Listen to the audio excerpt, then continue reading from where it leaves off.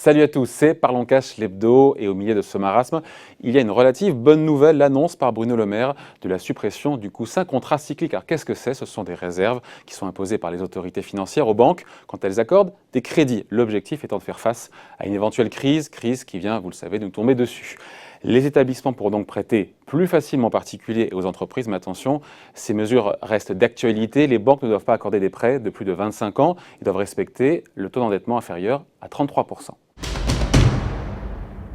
En cette période de confinement, la consommation évidemment est à l'arrêt. Du coup, les Français, enfin ceux qui en ont les moyens, vont sans doute se rabattre sur l'épargne. Il semblerait que le livret A tire son épingle du jeu. Sa sécurité, sa liquidité, mais aussi sa simplicité d'utilisation sont de véritables atouts en période d'incertitudes économiques. En janvier, en février, il a déjà attiré plus de 6 milliards d'euros en dépit d'une rémunération tombée à 0,5%. Et ça devrait évidemment continuer dans les mois qui viennent.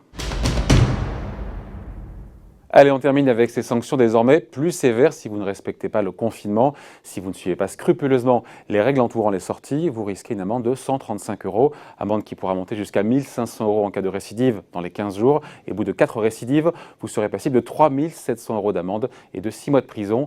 Près de 95 000 infractions ont déjà été enregistrées. Voilà, Parlons Cash, c'est fini pour aujourd'hui. Rendez-vous le week-end prochain.